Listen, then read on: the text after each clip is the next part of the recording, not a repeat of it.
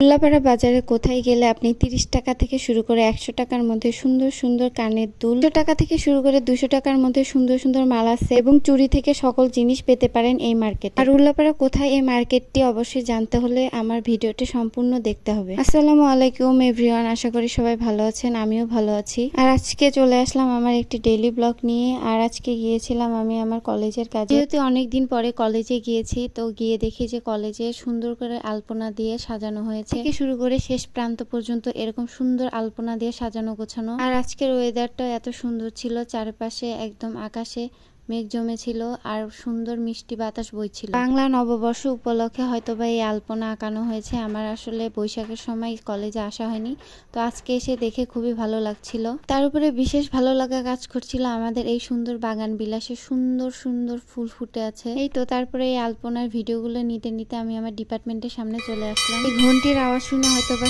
অনেকেরই স্কুল জীবনের কথা মনে পড়ে গেল। স্কুল জীবনটা হলো সকলের স্মৃতির পাতার একটি বিস্ময়কর অধ্যায়। তাই হোক, স্কুলের কথা বাদ দেই, এখন সারা কলেজটা একটু ঘুরে ঘুরে দেখি।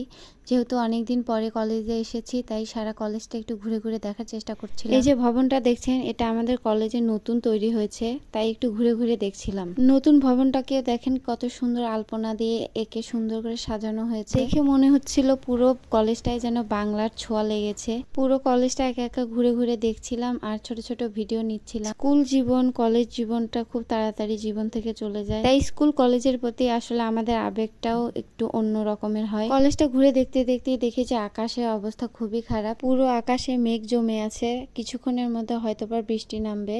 তাই আমি বেশি দেরি না করে ডিপার্টমেন্টের সামনে চলে আসলাম। একা একা বসে থাকতে থাকতে দেখলাম যে না, খুব জোরে বৃষ্টি নামতে শুরু করেছে, তাই ডিপার্টমেন্টের ভিতরে চলে আসলাম। ডিপার্টমেন্টের ভিতরে এসে দেখি যে আমাদের ডিপার্টমেন্টে খুব সুন্দর করে সাজানো হয়েছে। তো তারপর উপর থেকে দেখি যে আমাদের মাঠটা দেখতে বেশ সুন্দর লাগছিল, তাই উপর থেকে মাঠের ভিডিওটা নিলাম এবং কলেজে কাজ শেষ করে আমি বের হয়ে যাচ্ছিলাম বাইরে।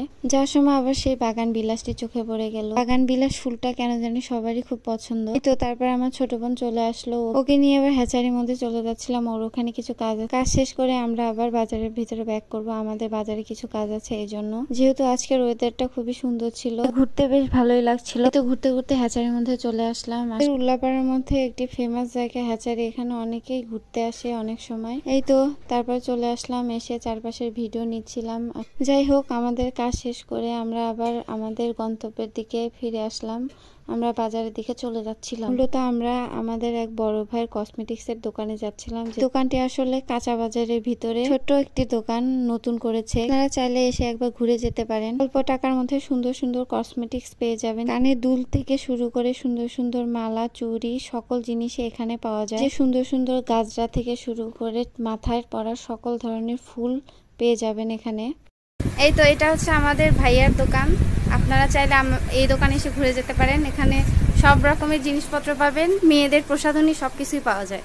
এই যে সুন্দর সুন্দর মালাগুলো আপনি অল্প টাকায় এখানে পেয়ে যাবেন, যেগুলো বড় বড় দোকানে হয়তো বা অনেক অনেক দাম রাখবে। বাচ্চাদের সুন্দর সুন্দর ক্লিপ, হেয়ার ব্যান্ড সবকিছু এখানে পাওয়া যায়, তাই আপনারা চাইলে অবশ্যই একবার ঘুরে যাবেন। আপনাদের দোকানে আমাদের দোকান হচ্ছে উল্লাপাড়া বাজার গলির মধ্যে সিনহা কসমেটিক্স। যাই হোক, এখানকার কাজ শেষ করে আমরা রহমানিয়া হোটেলে চলে আসলাম। এখানে ফেমাস কলিজা সিঙ্গারা পাওয়া যায়। আমরা গিয়েছিলাম দুপুরবেলাতে, তাই পাইনি, তাই মোগলাই আর পুরি খেয়ে চলে আসছিলাম। এই তো মোগলাই আর পুরি খাওয়ার শেষে ভাবলাম যে ঠান্ডা কিছু খাওয়া উচিত, তাই ধানশালিক রেস্টুরেন্টে গিয়ে কোল্ড কফি অর্ডার করলাম। এই তো তারপরে কোল্ড কফি চলে আসলো, আমরা সবাই রিল্যাক্স মুডে একটু কফি খাচ্ছিলাম। আর সত্যি বলতে ধানশালিকের পরিবেশটা বেশ সুন্দর আর ওদের আচার ব্যবহার খুবই ভালো। এই তো কফিটা খাচ্ছিলাম, তো খেয়ে খুবই মজা লাগছিল। এই তো কফি খাওয়া শেষ করে আমরা বাড়ির দিকে রওনা হয়ে যাচ্ছিলাম। যাওয়ার পথে ছোট বোনের সাথে দেখা করে গেলাম। এই মেয়ে, তোমার একটু মুখ দেখাও না, তুমি দেখে বাঁচাচ্ছ। এই দেখো তোমাদের তন্নিয়া পা।